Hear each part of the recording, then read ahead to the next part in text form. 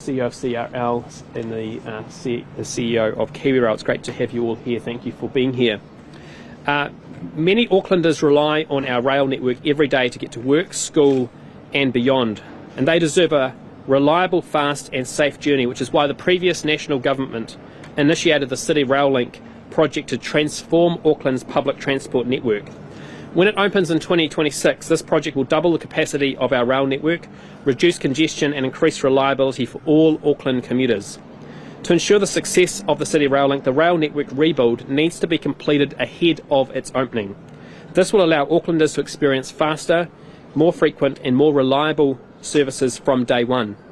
Additional work is required to complete the rebuild to reduce further disruption to commuters, and that's why our government has fully funded the rail network rebuild. Over the next year, KiwiRail, Auckland Transport and Auckland One Rail have coordinated to deliver an extensive schedule of upgrades. This will, however, include up to 96 days of full network closures across the city between this Christmas and January 2026. While disruptive, this approach is essential for us to realise the substantial benefits the City Rail Link will bring on opening day. The scope of works includes critical upgrades across the network, such as enhancing tunnels, points equipment, retaining walls, replacing culverts, strengthening bridges and improving drainage infrastructure. KiwiRail will also focus on removing temporary speed restrictions to ensure a faster, more reliable service for Auckland. I've set clear expectations for KiwiRail to minimise these disruptions as much as possible. They will be working around the clock, making use of every available hour during closures to keep progress on track. While we understand the impact this will have on public transport users and freight, this is a targeted approach, focusing the efforts around Christmas, the Christmas break, Easter, long weekends, and while keeping the trains moving during those term times and for workers going to work. This is critically important to help complete the rail network prior to the City Rail Link opening, rather than those works happening afterwards. I think Aucklanders are feeling a sense of frustration with the constant delays. However, this work must happen prior to the City Rail Link opening. We cannot have it happening afterwards, and Aucklanders won't tolerate that. Auckland is in a state of transformation.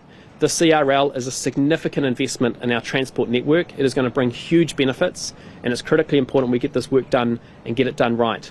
So I'm now going to pass over to the Acting Mayor of Auckland, Desley Simpson, to discuss the plans Auckland Transport has in place to manage these disruptions. Thank you, Minister. I want to thank you also for your additional financial support that set the CRL up for success. Our rail infrastructure, much of which hasn't seen major maintenance in decades, is causing frequent disruptions that undermine the benefits of the CRL. Preparing for a surge of passengers in 2026 will require a full network upgrade.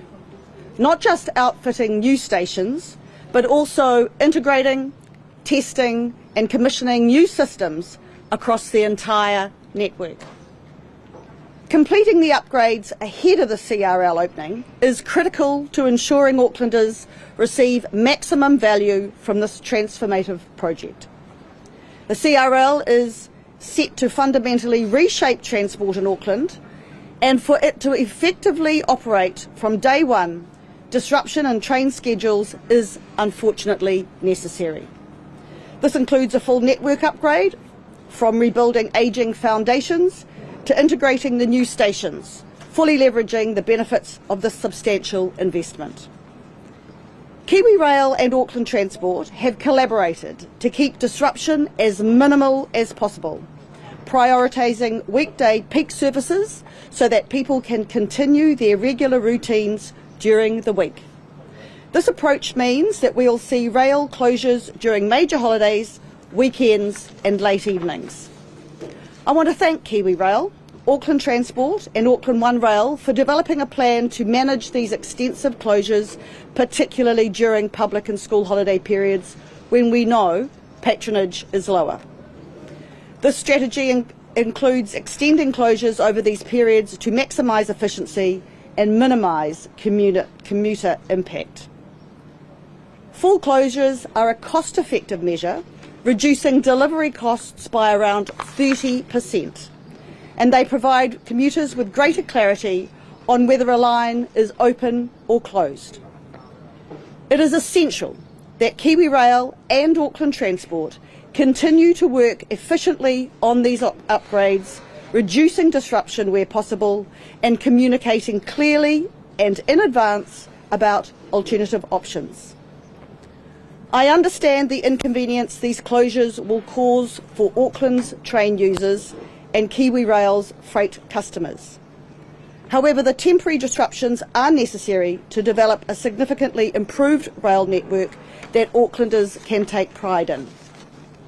Finally, it is the expectation of Council, and I'm sure all Aucklanders, that both Auckland Transport and Kiwi Rail engage early, engage often, explain the scale of what's happening, why disruptions are necessary, how people will get to their destinations using alternative public transport routes, and deliver on time.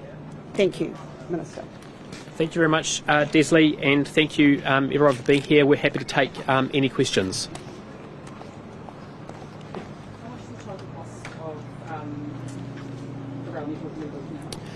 So we're allocating $159 million in the budget to complete the rail network rebuild, and also another $50 million on top of that to support further backlog investment as well. So it's over $200 million we're allocating to this project to get the rail network rebuild completed. And that's critically important. Obviously there's been money allocated in previous budgets as well, but the point here is we need to get it finished, and we need to get it finished before CRL opens. Will there be support for businesses that might be impacted during this particular busy season?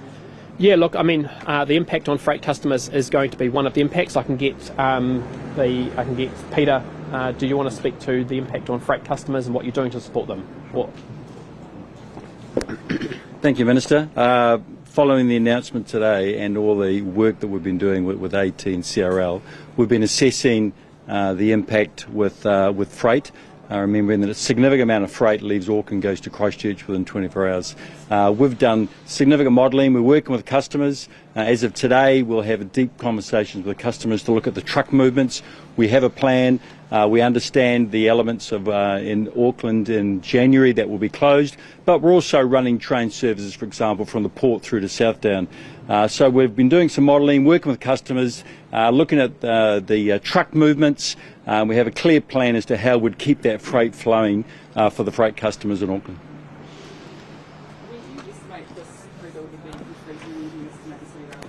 So this rebuild will be complete by the end of January 2026. In terms of the opening date of CRL, it'll be after that date, but that date has not yet been confirmed. Practical completion is on time for November 25, but obviously we are entering, I think, what is going to be one of the most complex phases of the City Rail Link, which is the commissioning of it. So yes, the construction, as you can see around here, is coming to a completion. The fit out is well underway. The commissioning of the trains and the testing of all of the systems is going to be one of the most critical elements going forward, and so that work will be happening concurrently with this rebuild. Oh look, I don't have a time frame, and I don't think we're putting a time frame to that at this stage, but ultimately we're very committed to making sure this rebuild is completed ahead of the City Rail Link opening, because I think Auckland commuters won't tolerate having blocks of line closures for long periods of time once the CRL is completed. They have had, some people call it, rail fatigue. We are in a state of transformation. We're moving to see the benefit. We need to see the benefits of that investment, and so now is the time to get this work done. That's what we're very focused on. Can you guarantee that this Auckland's obviously dealt with a lot of rail fatigue? Is this going to be the last push for Auckland? Absolutely. This is the one last push to make sure we get this done and get it completed. And an example would be on the Eastern Line in Desley Simpson's part of Auckland. Obviously, it's been rebuilt through there, but the previous funding didn't allow for the rebuild of the work around the tunnel. So that's going to be completed now this time as well. So I've been very clear about my expectations. Do it once, do it right. Get in, get it finished. And that's why I want it to be done as efficiently as possible, and that's why we've gone for blocks of lines, and so we can minimise the disruption on the travelling public as we lead into the City Rail Link being opened. Building on that, will there be any additional support for commuters in the likes of, say, extra buses? Yes. Yeah, look, Auckland Transport has developed a comprehensive plan around making sure that when those blocks of line closures are in place, there will be alternatives. I'm going to ask Stacey to speak to that. and also a very key focus around large events as well, because there's a lot of large events that we want to make sure we can continue to get people to and from those events using public transport. I'll ask Stacey just to say a few words. Yeah, absolutely. We will have a comprehensive bus replacement strategy that will include the likes of prioritised services through the network as well. Special events are obviously going to be challenging for us, so we're working with our stakeholders to try and mitigate that as much as possible. But the reality is we need to make these decisions in order to be able to move forth with the City Rail link when it does open. So it will be a comprehensive offering. This is why we've prioritised having those blocks during the school holidays, because then we have the school bus fleet available to deploy across the network. That's right. It gives us that extra capacity to be able to do this. Well, this Auckland's in a state of transformation. The City Rail Link, which was started under the last National Government, is going to transform Auckland and transform public transport choices in the city. I think twice as many people will be within 30 minutes, of the city through the rail network. It's going to be transformational for our city, and this is one last push as we get ready for that. But look, I acknowledge the concerns and the frustrations of Aucklanders, and that's why we've focused and we've worked very closely with all of the different parties involved to make sure this is done as efficiently as possible, with the least disruption, and getting blocks of line done at times when the rail patronage is lower, so we can minimise those disruptions. So this is a very focused and targeted package, but we are very committed now to making sure that when CRL opens, it is successful, and that Aucklanders can benefit from the billions and billions of dollars of investment that's gone into our city. Can you talk, you sort of spoken generally about disruptions. Can you be a bit more specific? What lines does this network provide? So in terms of the specific disruptions, so there will be 4 weeks of full closures over Christmas 24 and 25 compared to the usual 2 to 3 weeks. There'll be a 16-day full closure around Easter of the full rail network. Yes, there'll be 4-day public holiday weekends, so long weekends will be utilised as well for some full closures. There'll be short periods of single lines running where trains can only use 1 track instead of 2, and the trains will still be running but at reduced frequency. So that'll be about prioritising those commuters in peak times to make sure that works as well. So look, the impact is significant. There's attached to the press release we've released a full timetable calendar over the next 14 months as to what's happening when, and the point of today is being incredibly clear with Aucklanders about what impact is happening to what lines at what periods of time, so they can plan around that. And so the longest single block in the mentioned was these 4 weeks. Yes, so that's the Christmas period going into late January, and those are obviously the biggest impact. Again, it's timed around the Christmas New Year break, when there's less patronage, but also the roads aren't as busy. So we've been very deliberate. All the decisions been made have been very deliberate to minimise disruption, but at the same time we acknowledge there is disruption, and that's why Auckland Transport's looking at the alternatives for public transport utilisation. Focusing around those school holiday breaks as well means that there's the fleet of school buses which aren't being utilised and drivers available, so that we're able to provide those options for Aucklanders when those lines are being disrupted. Are you prepared to provide support to CBD businesses that this is kind of the season they've been looking forward to make a recovery in this cost of living crisis? Yeah, look, I think the thing is there has been support to some of those businesses which have been heavily impacted by the construction of the CRL, but ultimately this is one last push that we need to make the most of, to ensure that there isn't ongoing disruption for years to come after the CRL is opening. I think Aucklanders won't tolerate that, and once the City Rail Link is open, we need to get those patronage numbers up well above what they were pre-CRL construction starting pre-COVID. We need to get those numbers well up, and that's going to be the focus. Generally speaking, who owns the